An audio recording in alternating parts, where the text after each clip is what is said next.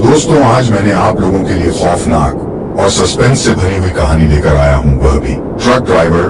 कहानी बहुत ही डरावनी है, इसलिए आप लोग वीडियो को अंत तक जरूर देखें। दोस्तों, अगर आपके पास कोई डरावनी सच्ची कहानी है तो आप मुझे इंस्टाग्राम पर अपनी कहानी भेज सकते हैं। वीडियो शुरू करने से पहले मुझे आप सबसे छोटी सी रिक्वेस्ट है कि अगर आप मेरे चैनल पर नए हैं तो मेरे चैनल को सब्सक्राइब करना और मेरी वीडियो को लाइक भी करना। और दोस्तों, कमेंट करके हमें जरूर बताना कि हमारी कहानी आपको कैसी लगी, और आप अपना नाम भी लिखना और ये भी बताना कि आप किस शहर से मेरी वीडियो को देख रहे हो। और फिर मेरे आने वाली वीडियो में मैं आप लोगों के नाम बताऊंगा। तो चलिए दोस्तों, बिना समय बर्बाद किए कहानी शुरू करते हैं। मैं हूँ रमेश, एक ट्रक ड्राइवर, और ये कहानी है उस रात की जिसने मेरी जिंदगी बदल दी। राजस्थान के रेगिस्तानी इलाकों में ट्रक चलाना कोई आसान काम नहीं है, लेकिन मैं बचपन से ही इस पेशे से जुड़ा हुआ हूँ। मेरे दादा और पिताजी भी ट्रक ड्राइवर थे। मैंने भी यही पेशा चुना और अब तक सैकड़ों बार इस रास्ते पर सफर कर चुका हूँ। लेकिन उस रात का सफर वो अलग ही था। राजस्थान के अलवर से जैसलमेर की तरफ जा रहा था। सामान भारी था और रास्ता लंबा। दिन भर की गर्मी ने शरीर को थका दिया था, लेकिन मंजिल तक पहुंचना जरूरी था। रात हो चुकी थी और आसमान में चांद की रोशनी भी धुंधली लग रही थी। मैंने अपने ट्रक को एक छोटे से ढाबे पर रोका और एक कप चाय पी। ढाबे के मालिक ने बताया कि आगे का रास्ता काफी सुनसान है और रात में उस रास्ते पर जाने से डर लगता है। मैंने हंसकर कहा, भैया, हमें तो आदत है इस रास्ते की। चाय खत्म करके मैं फिर से अपने ट्रक में बैठ गया। इंजन की आवाज के साथ मेरा सफर फिर से शुरू हुआ। रास्ता जैसे जैसे आगे बढ़ रहा था वैसा ही सुनसान होता जा रहा था। कोई गाड़ी नहीं, कोई इंसान नहीं। चारों तरफ सिर्फ रेगिस्तान की रेत और सन्नाटा। लेकिन मुझे डर नहीं था, क्योंकि इस रास्ते पर पहले भी कई बार आ चुका था। लगभग आधी रात हो चुकी थी जब अचानक मेरे ट्रक का इंजन बंद हो गया। मैंने कई बार कोशिश की, लेकिन इंजन स्टार्ट नहीं हो रहा था। अंधेरे में ट्रक का बोनट खोलकर देखा, लेकिन कुछ समझ नहीं आ रहा था। मैंने सोचा कि थोड़ी देर रुककर फिर से कोशिश करता हूँ। अचानक मेरे कानों में किसी के रोने की आवाज आई। पहले तो लगा कि शायद मेरा भ्रम हो रहा है, लेकिन फिर वही आवाज और तेज हो गई। मैंने ट्रक की लाइट्स बंद कर दी और ध्यान से सुना। वो आवाज पास के किसी गांव से आ रही थी। मैंने सोचा कि शायद कोई मदद की जरूरत हो। मैं टॉर्च लेकर उस दिशा में चल पड़ा। थोड़ी दूर चलने के बाद मुझे एक छोटी सी झोंपड़ी दिखाई दी। रोशनी के एकमात्र स्रोत के रूप में वहां एक तेल का दीपक जल रहा था। झोंपड़ी के अंदर से वही रोने की आवाज आ रही थी। मैं धीरे धीरे झोंपड़ी के पास पहुंचा और अंदर झांका। वहां एक औरत बैठी थी। उसकी उम्र करीब 40-45 साल होगी। वह रो रही थी और उसके बाल बिखरे हुए थे। मैंने धीरे से आवाज लगाई, माँ, क्या हुआ? आप क्यों रो रही हैं? उसने सिर उठाकर मुझे देखा और कहा, बेटा, मेरा बेटा गुम हो गया है। उसे ढूंढने में मेरी मदद करो। मैंने सोचा कि शायद कोई दुर्घटना हो गई है और उस औरत को मदद की जरूरत है। मैंने कहा, माँ, आप चिंता मत करो, मैं यहाँ हूँ। आपके बेटे को ढूंढने में मदद करूंगा। उसने मुझे एक दिशा की ओर इशारा किया और कहा, वह उधर गया था। मैंने उस दिशा में चलना शुरू किया। कुछ ही दूरी पर मुझे एक छोटी सी कब्र दिखाई दी। मैं उसके पास पहुंचा और देखा कि कब्र के पास कुछ ताजे फूल रखे थे। तभी मुझे पीछे से किसी के चलने की आवाज आई। मैंने मुड़कर देखा, वही औरत थी, लेकिन इस बार उसका चेहरा बहुत ही डरावना लग रहा था। उसकी आंखें लाल थीं और चेहरे पर एक अजीब सी मुस्कान थी। वह धीरे धीरे मेरे पास आ रही थी। मेरे दिल की धड़कन तेज हो गई और मैंने भागने की कोशिश की, लेकिन मेरे पैर जैसे जाम हो गए थे। उसने मेरे पास आकर कहा, तुम मेरे बेटे को ढूंढने आए हो, लेकिन अब तुम भी यहाँ से नहीं जा पाओगे। मैं चिल्लाया, कौन हो तुम? मुझे छोड़ दो। लेकिन उसने मेरी बात का कोई जवाब नहीं दिया। वह बस हंसती रही। उसकी हंसी से मेरे रोंगटे खड़े हो गए। तभी मैंने देखा कि मेरे ट्रक की लाइट्स फिर से जलने लगी। मुझे लगा कि शायद कोई वहां पहुंच गया है।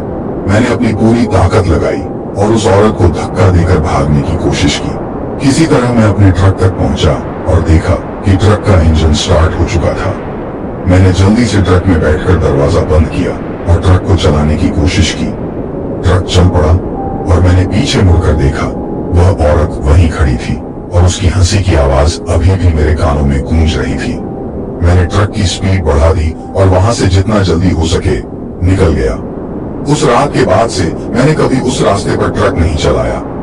उस घटना ने मेरी जिंदगी बदल दी। मुझे अब भी यकीन नहीं होता कि वह सब सच था या मेरा भ्रम। लेकिन एक बात तय है, उस रात की डरावनी घटना ने मेरे दिल और दिमाग पर गहरी छाप छोड़ दी है। अगर आप कभी राजस्थान के उन सुनसान रास्तों पर सफर करें तो सावधान रहें। कौन जाने कब कोई डरावनी परछाई आपके पीछे आ जाए। उस रात के बाद मैंने अपनी नौकरी छोड़ने का मन बना लिया, लेकिन पेट की भूख और परिवार की जिम्मेदारी ने मुझे वापस ट्रक की सीट पर बिठा दिया। हालांकि अब मैं रात के सफर से कतराने लगा था और अगर मजबूरी में जाना पड़ता तो पूरी तैयारी के साथ ही निकलता। कुछ महीनों बाद मेरे मालिक ने एक बार फिर मुझे उसी रास्ते पर जाने का आदेश दिया। इस बार सामान काफी महंगा और जरूरी था। मेरे पास मना करने का कोई विकल्प नहीं था। मैंने हिम्मत जुटाई और एक बार फिर उसी रास्ते पर निकल पड़ा। रात का समय था, लेकिन इस बार मैंने अपने साथ कुछ दोस्त भी बुला लिए थे। हम 4 लोग थे और सबके सब ट्रक ड्राइवर थे। हमें उम्मीद थी कि एक दूसरे का साथ हमें उस डरावनी घटना से बचाएगा। रास्ते में हम लगातार बातें करते रहे ताकि किसी को नींद न आए। मैंने अपने दोस्तों को उस रात की घटना के बारे में बताया, लेकिन वे इसे सिर्फ एक मन गढ़ंत कहानी मान रहे थे। वे हंसते हुए बोले, रमेश, तू बहुत डरपोक हो गया है, ऐसा कुछ नहीं होता। हमारे ट्रक की रफ्तार तेज थी और हम तेजी से अपने गंतव्य की ओर बढ़ रहे थे। आधी रात हो चुकी थी और हम उसी जगह पहुंचे जहां पिछली बार मेरा ट्रक बंद हो गया था। इस बार भी वही हुआ। मेरे ट्रक का इंजन बंद हो गया और चारों तरफ अंधेरा छा गया। मेरे दोस्तों ने भी अपने ट्रक रोके और हम सभी बाहर निकले। हम सभी ने ट्रक का निरीक्षण किया, लेकिन कुछ भी समझ में नहीं आ रहा था। तभी अचानक वही रोने की आवाज फिर से सुनाई दी। मेरे दोस्तों ने भी इसे सुना और वे सब चौंक गए। उनमें से एक ने कहा, शायद कोई मदद की जरूरत हो, चलो देखते हैं। मैंने उन्हें रोका, नहीं, ये वही जगह है, हमें यहाँ से तुरंत निकलना चाहिए। लेकिन उन्होंने मेरी बात नहीं मानी और उस आवाज की दिशा में चल पड़े। मुझे भी उनके साथ जाना पड़ा। थोड़ी दूर चलने के बाद हमें फिर वही झोंपड़ी दिखाई दी। इस बार झोंपड़ी के बाहर एक औरत खड़ी थी। उसकी आंखें लाल और चेहरे पर वही डरावनी मुस्कान थी।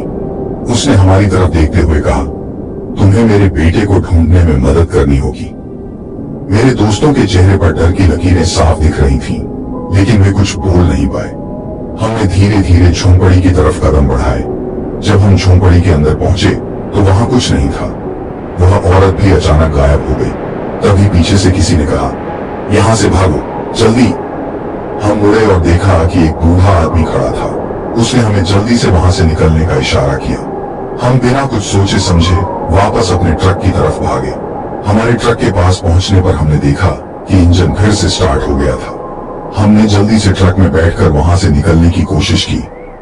रास्ते में उस बूढ़े आदमी ने हमें बताया कि वह औरत एक आत्मा है जो अपने बेटे की मौत के बाद से हर रात वहां भटकती है। उसका बेटा एक हादसे में मारा गया था और वह उसे ढूंढने के लिए हर रात वहां आती है। जो भी उसकी मदद करने की कोशिश करता है वह उसकी आत्मा को भी अपने साथ ले जाती है। हमारे रोंगटे खड़े हो गए और हमने जल्दी से ट्रक की स्पीड बढ़ाई। उस रात के बाद हमने तय किया कि कभी भी उस रास्ते पर वापस नहीं जाएंगे।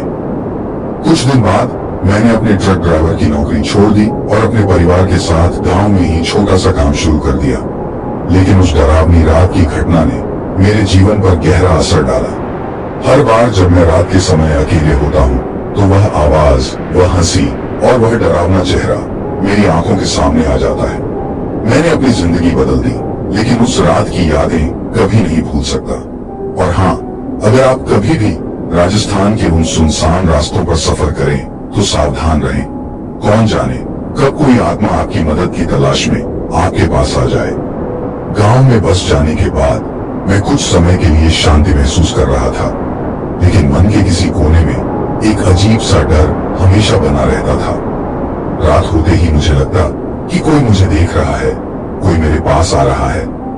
मैं जितना भी उस घटना को भूलने की कोशिश करता, उतना ही वो मेरे दिल और दिमाग में गहराई से बसती जा रही थी। कुछ महीनों बाद गांव में एक अजीब घटना घटी। एक दिन मेरे बचपन के दोस्त सुरेश का बेटा लापता हो गया। पूरे गांव में हड़कंप मच गया। हमने हर जगह ढूंढा, लेकिन उसका कोई सुराग नहीं मिला। सुरेश और उसकी पत्नी का रो रो कर बुरा हाल था। मैंने उन्हें सांत्वना देने की कोशिश की, लेकिन मेरे मन में एक ख्याल बार बार आ रहा था कि कहीं ये उसी आत्मा का काम तो नहीं। एक रात सुरेश मेरे घर आया और बोला, रमेश, मुझे लगता है कि मेरा बेटा उसी रास्ते पर है जहां तुमने वो डरावनी घटना बताई थी। मैंने कई लोगों से सुना है कि वहां अजीब चीजें होती हैं। मैंने उसे समझाया कि वहां जाना खतरनाक हो सकता है, लेकिन उसने मेरी बात नहीं मानी। उसकी आंखों में अपने बेटे को पाने की उम्मीद थी और मैं उसे मना नहीं कर पाया। हम दोनों ने फैसला किया कि हम उस रात उसी रास्ते पर जाकर सुरेश के बेटे को ढूंढेंगे। हमने अपने साथ कुछ जरूरी सामान और टॉर्च ली और रात होते ही उस सुनसान रास्ते की ओर चल पड़े। रास्ते में सुरेश ने कहा, रमेश, अगर कुछ भी अजीब हो तो हमें तुरंत वापस लौट आना चाहिए। मैंने सहमति में सिर हिलाया, लेकिन मेरे मन में एक अजीब सी बेचैनी थी। जब हम उस जगह पहुंचे जहां पहले मुझे वो डरावनी घटना हुई थी, तो हमारे कानों में वही रोने की आवाज गूंजने लगी। सुरेश की आंखों में डर साफ झलक रहा था, लेकिन अपने बेटे की चिंता में वह आगे बढ़ता गया। हमने उस झोंपड़ी की ओर कदम बढ़ाए, जो अब और भी डरावनी लग रही थी। झोंपड़ी के पास पहुंचकर हमने अंदर झांका। वहां वही औरत बैठी थी, लेकिन इस बार उसके साथ एक बच्चा भी था। सुरेश ने चिल्लाते हुए कहा, वो मेरा बेटा है। वह झोंपड़ी की तरफ दौड़ा, लेकिन मैंने उसे रोकने की कोशिश की। सुरेश, नहीं, ये सिर्फ एक भ्रम है। लेकिन सुरेश ने मेरी बात नहीं मानी और झोंपड़ी के अंदर घुस गया। मैंने उसकी मदद के लिए पीछे से भागा, लेकिन जैसे ही हम अंदर पहुंचे, सब कुछ बदल गया। झोंपड़ी का अंदरूनी हिस्सा एक भयानक भंवर जैसा लगने लगा। चारों ओर अंधेरा और ठंडी हवाएं हमारे चारों ओर घूमने लगी। सुरेश ने अपने बेटे को पकड़ने की कोशिश की, लेकिन वह औरत उसे दूर खींचने लगी। मैंने टॉर्च की रोशनी से उस औरत के चेहरे को देखा और उसकी लाल आंखें और डरावनी मुस्कान ने मेरे शरीर को ठंडा कर दिया। उसने कहा, तुम्हें मेरे बेटे को ढूंढने में मदद करनी होगी, लेकिन अब तुम भी यहीं रहोगे। मेरे दिल की धड़कन तेज हो गई और मैंने सुरेश को खींचकर बाहर लाने की कोशिश की। किसी तरह हमने झोंपड़ी से बाहर निकलने का प्रयास किया, लेकिन वह औरत हमें खींच रही थी। हमारे पास केवल एक ही रास्ता था, दौड़ना। हमने पूरी ताकत से भागना शुरू किया और किसी तरह ट्रक तक पहुंचे। हमारे हाथ पैर कांप रहे थे और दिल जोर जोर से धड़क रहा था। ट्रक का इंजन फिर से स्टार्ट हो गया था। हमने जल्दी से ट्रक में बैठकर वहां से निकलने की कोशिश की। रास्ते में सुरेश चुप था। उसकी आंखों में आंसू और चेहरे पर गहरा दर्द था। मैं उसे सांत्वना देने के लिए शब्द नहीं खोज पा रहा था। हम गांव लौट आए, लेकिन सुरेश का बेटा नहीं मिला। वह घटना ने सुरेश और उसकी पत्नी को गहरे सदमे में डाल दिया। उस रात के बाद मैंने सुरेश को अपने साथ लिया और उसे डॉक्टर के पास ले गया। धीरे धीरे उसकी हालत में सुधार आया, लेकिन उसका बेटा अब भी लापता था।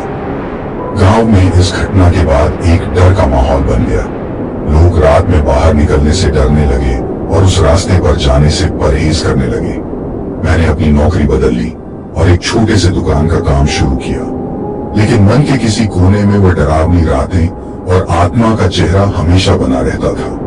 मैंने खुद से वादा किया कि कभी भी उस रास्ते पर नहीं जाऊंगा और गांव वालों को भी उस रास्ते से दूर रहने की सलाह दी।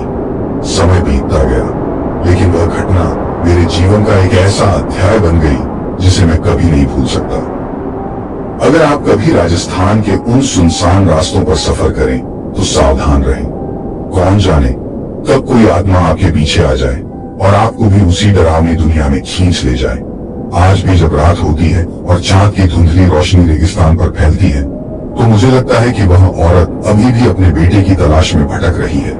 उसका रोना और हंसी मेरे कानों में गूंजती है और मैं दुआ करता हूँ कि किसी और को उसकी दरिंदगी का शिकार न बनना पड़े। और इस तरह एक ट्रक ड्राइवर की डरावनी कहानी यहाँ खत्म होती है, लेकिन उसका असर हमेशा के लिए मेरे दिल और दिमाग पर बना रहेगा।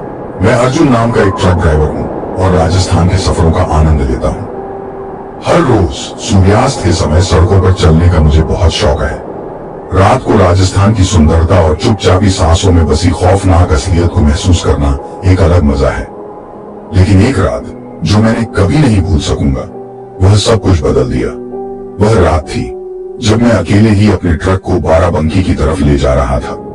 रास्ते में कोई भी नहीं था, सिर्फ मेरी ट्रक की ध्वनि और सूर्यास्त के रंगीन आभास की बातें थीं। तभी अचानक मेरी नजर एक अजीब सी चीज पर पड़ी। रास्ते के बीच में जैसे ही मैं आगे बढ़ा, एक भूतिया ट्रक मेरी नजरों में आ गया। वह था कुछ ऐसा जो मैंने पहले कभी नहीं देखा था। उसकी बड़ी सी चालाक सी आंखें थीं, जो कि रात की गहराई में चमक रही थी। उसका रंग भी थोड़ा अजीब सा था, जैसे कोई नीले चमकीले रंग की चमक उसके त्वचा पर फैली हो। मेरे होठों से एक अविश्वसनीय स्वर में गुम हुआ और मैंने अपने ट्रक को रोक दिया। वह ट्रक मेरे सामने रुका था, लेकिन कोई उसमें नजर नहीं आ रहा था।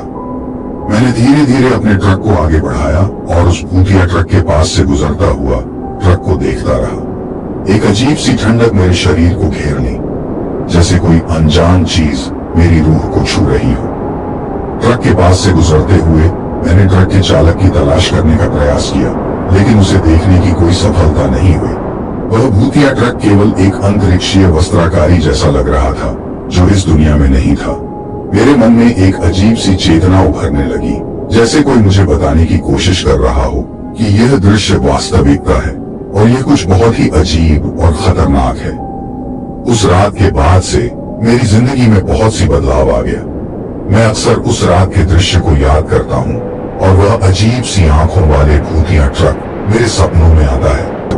वीडियो शुरू करने से पहले जब मैं रात मुझे आप सबसे छोटी सी रिक्वेस्ट, मेरी आंखों के सामने मेरे चैनल से आ जाता है तो मेरे चैनल को सब्सक्राइब करना और वह अजीब सी आवाज भी करना। और दोस्तों, शायद वो ट्रक कुछ और जरूर बता, कुछ जो हमारी कहानी में समझ ऐसी लगी। और आप अपना शायद मुझे दिखाने और ये भी बताना कि आपकी शहर से दुनिया में कुछ ऐसी चीजें होती हैं मेरे आने वाली जो मेरी समझ से मैं आप लोगों के नाम बताऊंगा। या शायद चलिए दोस्तों, एक बिना समय बर्बाद किए जो किसी और जगह से आया था। मैं हूँ रमेश, सिर्फ रोहित ट्रक ड्राइवर दरिया दी। ये कहानी है उस रात की, ऐसे भी जिसने मेरी जिंदगी बदल दी। उस रात की घटना राजस्थान के रेगिस्तानी इलाकों में ट्रक चलाना कोई आसान काम। मैंने कोशिश की कि उस देश में बचपन से ही इस पेशे से जुड़ी यादें मेरे सोने के बाद। मेरे दादा और पिताजी नहीं ट्रक ड्राइवर थे। उस रात की मैंने से यही पेशा ट्रक चलाने की सैकड़ों बार इस रास्ते पर सफर कर चुका। अब मैं रात को, लेकिन उस रास्ते पर सफर नहीं चला, वो अलग ही था। अधिकतर राजस्थान में अलवर से जैसलमेर की तरफ जा रहा था, लेकिन कभी कभी भारी में भी और रास्ते मुझे अकेलापन की एहसास की गर्मी ने शरीर को झुका दिया। ट्रक की याद दिला, मंजिल तक पहुंचना जरूरी था। ये सब वास्तविकता हो चुकी थी या आसमान में चांद की रोशनी में नहीं जाने लग रही थी। लेकिन उस रात अपने ट्रक को एक छोटे से दुनिया के अनजाने अजीब पहलुओं को भागने की क्षमता जगा दी कि आगे का रास्ता काफी सुनसान। जब भी मैं राजस्थान उस रास्ते पर जाने से डर, मेरे मन में वह भूतिया ट्रक का दृश्य छाया रह गया। हमें वादा है इस रास्ते की, उस दिन को याद करता चाहे खत्म जब रात की गहराई में एक अजीब सी चीख, इंजन की आवाज के साथ मेरा सफर देर से शुरू। हाँ, राजस्थान जैसे जैसे आगे हरियाणा लेकर भरे हुए, ऐसा ही सुनसान मेरा यह अनुभव भी